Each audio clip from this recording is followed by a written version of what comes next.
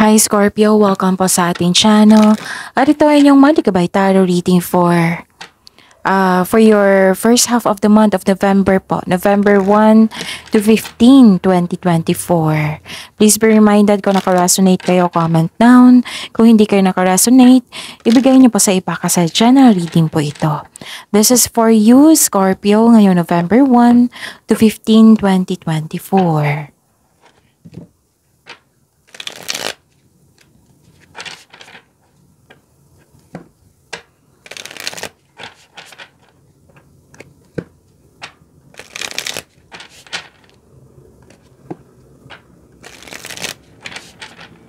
Para po ito sa inyo, Scorpio, ngayong November 1 to 15, 2024. Maraming salamat po sa inyong patuloy na suporta at maraming salamat din po sa mga hindi nag-skip ng ads. Gamitin ang reading na ito bilang gabay lamang sa mga hindi pa nag-subscribe, subscribe na po kayo at click bell notification para malaman nyo na may bago tayong video. Para sa mga gusto magpa-reading po, may lumabas dyan sa screen nyo ngayon. Panoorin nyo po at sundin ng instruction. Calling the attention sa mga suki ko dito na Scorpio. Open na po inyong monthly gabay tarot reading for November 2024. May 6 months from now reading tayo at love life reading po. So message me Scorpio for schedule. Maraming salamat po. Spirits Guide, mga ganap po para kay Scorpio ngayong November 1 to 15, 2024. Okay.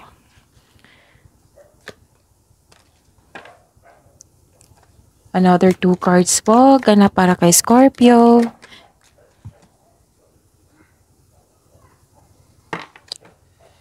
Scorpio. November 1 to 15. Okay.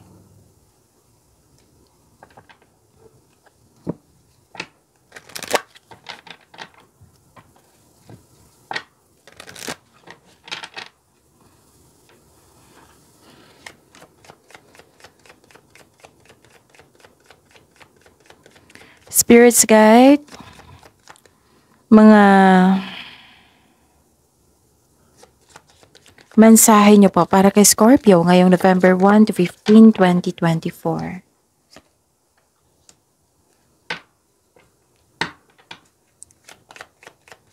Message po para kay Scorpio.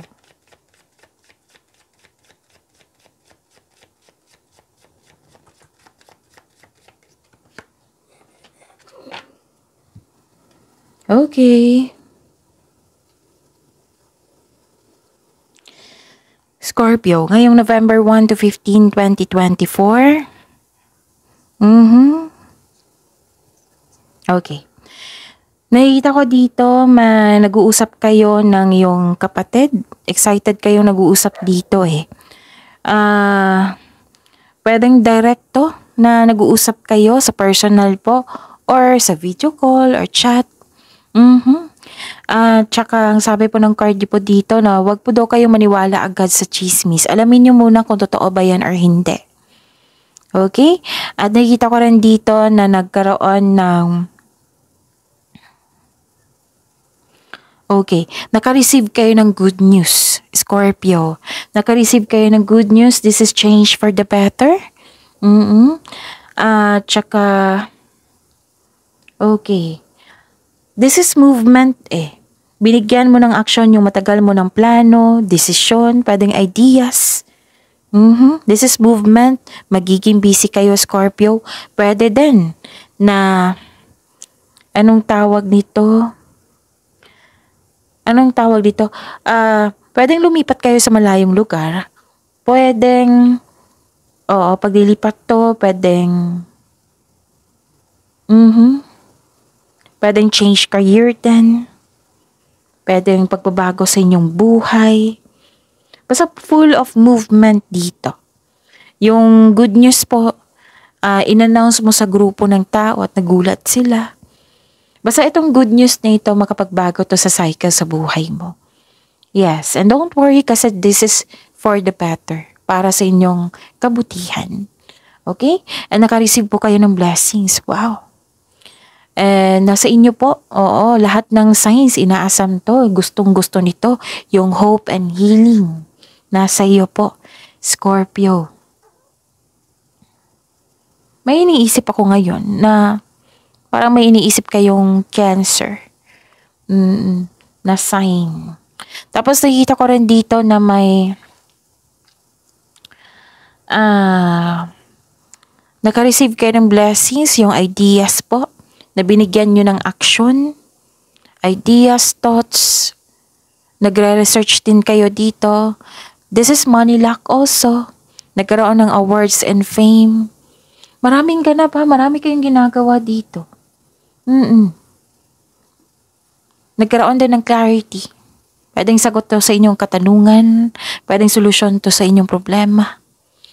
Ang daming ganap dito pa lang. Okay, so don't worry, be happy, wag po daw kayo mag-alala. Baka puno kayo ng worries dyan. Be happy po. Kasi huwag kayong mag-alala. Kasi itong yung sabi kanina dito na itong pagbabago na ito, hindi kailangan na mag-alala kayo, matatakot kayo. Kasi this is for the better. Be happy. Okay? So go with the flow po daw kayo sa pagbabago na ito. Let things happen. Kasi nakatadahan na to sa inyo. Para naman to sa kabutihan eh. Spirits guide. Ano po yung energy ni Scorpio ngayong November 1 to 15, 2024?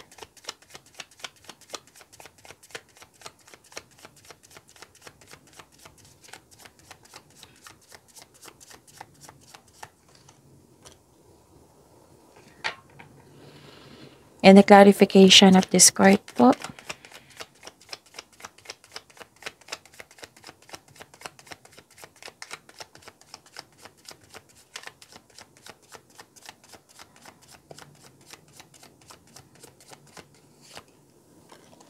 Okay.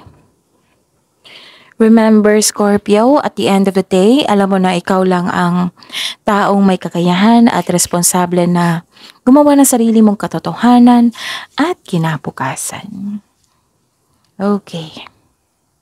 So, ano yung energy mo, Scorpio?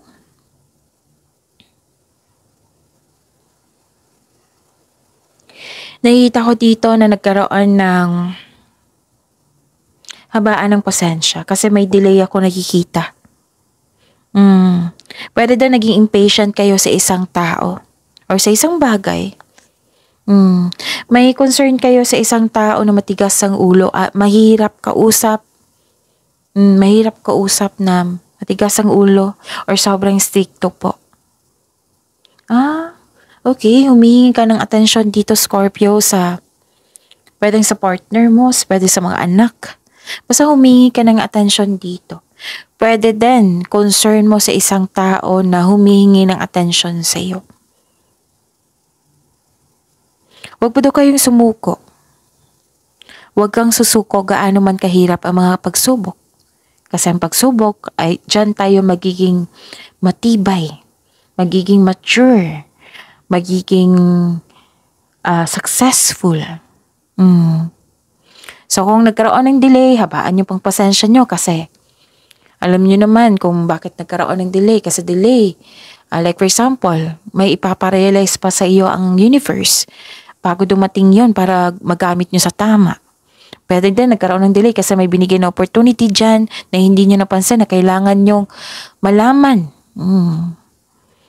Para magamit mo sa tama talaga. Okay? May mga dahilan talaga yan. Basta huwag kayong sumuko. At saka, ang ganda nito. Scorpio, nakikita ko dito yung wealth, generosity.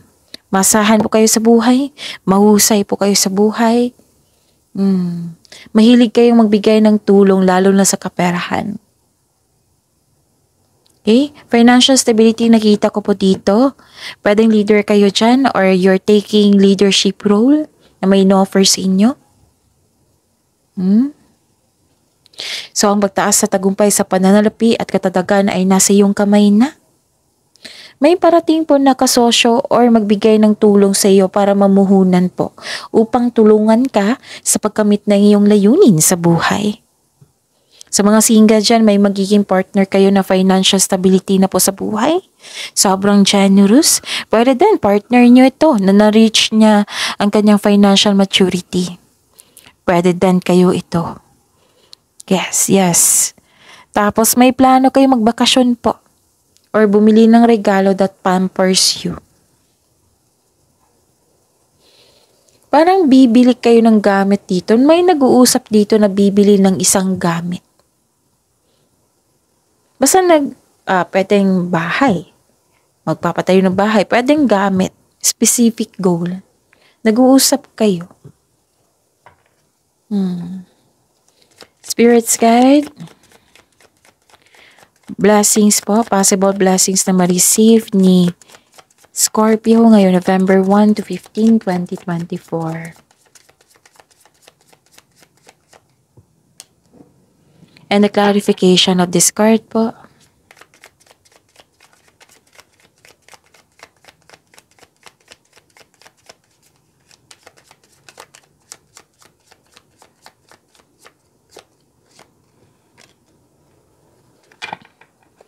Okay. Possible blessings to ha na ma-receive nyo. Okay. Actually, may ma-end na cycle dito at magkakaroon ng new beginning. Yung nanibago pa kayo sa new beginning po. So, kailangan ng adaptation dito. At may reminder card dito na magbuo po daw kayo ng plano. Ng konkretong plano po. So, habaan talaga ang pasensya pag nagkaroon ng delay. So, you deserve this success kasi may successful completion po dito. Accomplishment, reaping rewards. Yes, this is nagkaroon po ng recognition. This is a perfect time, ganun. Pwedeng may matanggap kang rewards or recognition sa trabaho mo. May nakita pa na sa oracle nyo, nasabi ko pala kanina, yung awards and fame. May nakita rin ako dito sa inyong tarot cards. May promotion ako nakita, pagtaas ng kaperahan, pagtaas ng allowance or sweldo. May positive review mula sa isang customer mo, kliyente, boss. This is the perfect situation. May positibong resulta sa inyong proyekto. Yung everything you have worked for is coming together. Okay? Tapos, may nagpapagawa dito may construction ako nakita dito. Pwedeng dream house mo to. Pero nagkaroon ng delay, habaan lang ng pasensya. May pagtatapos dito. You deserve this success po. Sabi po ng card nyo. And, nakita ko rin dito na nagkaroon ng happiness, fulfillment sa pangarap. So, dalawang card na nagsabi niyan ha, may fulfillment sa pangarap. This is completion cycle. Dalawang card na nagsabi niyan. Nagkaroon ng pagkakaisa. Granted yung manifestation nyo. Fulfillment sa pangarap. May kasiyahan at kagalakan sa mga bagay ukol sa pamilya at kaibigan. So, this card focuses on achievement of a level of love and success na nagbibigay sa iyo ng serenity o katahimikan, satisfaction at pasasalamat. Okay? And ang ilan sa inyo dito, sobrang saya mo kasi gusto ka rin ng sobrang saya mo kasi gusto ka rin ng taong gusto mo. Na may love at respect sa iyo. Basta masaya dito, masaya dito. Masaya rin kayo sa mga may relasyon dito sa buhay mag-asawa. Ang ilan sa inyo makakatanggap ng sustento para sa anak mo. Success in workplace and home, andito po. So, ang ganda ng blessings nyo po. I-acknowledge mo ang nagbibigay ng suporta sa iyo, galing sa inyong, pwedeng grupo ng tao, na nagbibigay sa iyo ng suporta. Kung ikaw ay may balak na mag-change na career, magtayo ng negosyo, know that you have very supportive friends and family. So, nagkaroon ng pagkakaisa dito. This is completion of cycles. This is fulfillment sa pangarap. Happiness po. So, claim nyo to. Ang ganda ng blessings nyo ha, Scorpio. Spirits Guide, challenges na ma-overcome po ni Scorpio ngayong November 1 to 15, 2024.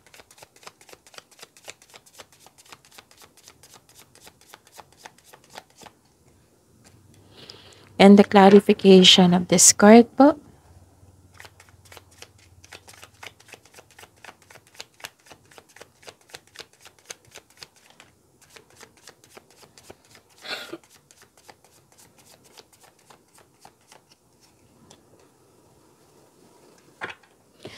Maraming salamat po sa patuloy na tiwala at suporta sa ating channel. At maraming salamat din po sa mga hindi nag-skip ng ads. Okay. Ma-overcome po ito ha. This is choices, future plan. Another card na nagsabi na may partnership po dito. May ambisyon o idea ang gustong gawin. So, magiging busy kayo dito. This is a challenge. So, this card asks you na magawa ng konkretong plano para sa hinaharap. Mag-ingat po daw kayo sa pagiging mainipin.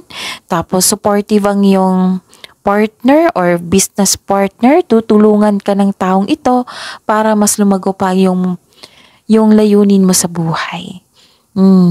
May ilan dito, kakapasok lang ng partnership or business partnership or isang relasyon sa buhay ng pag-ibig. Ilan sa inyo nagpaplanong mag-travel? Isang bagong chance para sa paglago ng iyong buhay karera, andito po. Kaya kumilos ka na. So, please know that you are divinely guided po. Papasok talaga kayo sa partnership, business partnership. Or may mumuhunan sa inyo upang tulungan kang palakihin ng iyong mga idea at dalhin ang iyong mga plano sa susunod na antas. So listen to your intuition ha, and it will guide you sa isang malaking desisyon. Ang iyong buhay po, Scorpio, ay patuloy na yumayabong kapag sinunod mo ang iyong intuition and explore new directions. At nakita ko rin dito na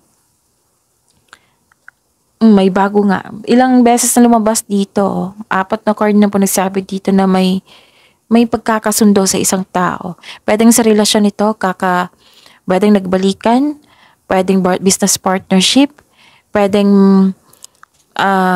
may isang mabuting tao na tinutulungan ka ngayon, pwede din na may kakapasok nyo lang sa relasyon. Pwede din na, yung sabi ko kanina na may happy ka kasi gusto ka din ng gusto. Gusto ka rin ng taong gusto mo. Ganon. Andito, new love, relationship, unconditional love, new feelings, may nagustuhan ka. New friendship, you are giving time for yourself. Kasi may nakita kong beauty dito. Pwede nag-shopping kayo ngayon. Anong tawag nito? Grocery, salon, nagpa-salon, nagpa-spa, massage pa, yan. You're giving time for yourself. Nagkaroon ng pleasure dito, nagkaroon ng self-love. Okay? So, the divine is offering you a new love. Yes, may parating na bagong pag-ibig po which can arrive in many forms such as self-love, bagong relasyon, or new connection sa isang tao na nagbibigay sa iyo ng love, peace, and happiness sa iyong buhay. So this card asks you to be open sa pag-receive ng gift na ito. Dahil ito ay nakatadhana sa iyo. So dapat open arms mong tanggapin ito. Open your heart and receive the emotions around you. So this card tells you na may parating din na job opportunity po or new sources of income na maaaring makainahan sa inyong kaperahan. Huwag mong palampasin ang pagkakataon na ito, Scorpio. Pwede din nag-enjoy ka sa current work mo ngayon. Masaya ka sa workplace mo at magaan kasama yung kasamahan mo sa trabaho, pwede, or sa kasamahan mo dyan. At saka, ikaw ay nagpo-focus sa self-love and taking time for yourself para din ito sa iyong personal development. Diba? Ang ganda. Pagsisimula ito. Yes. Ang ganda. Ang ganda ng reading ngayon. Ang ganda ng cards nyo ngayon. Okay? So, kaya pala na may pagbabago dito. Change for the better. May pagbabago nga naganap dito. So, let things happen kasi nakatadhana yan sa'yo. Go with the flow. Huwag kayong mag-alala. Kailangan nyo maging masaya kasi nakatadhana to sa'yo. And this new cycle is magbibigay siya ng happiness sa iyo. Sinabi din dito. Okay? So, yun. Ang ganda ng cars nyo. See you tomorrow, Scorpio. Please like, subscribe, and click bell button for notification para updated po kayo sa daily tarot reading natin. Maraming salamat po.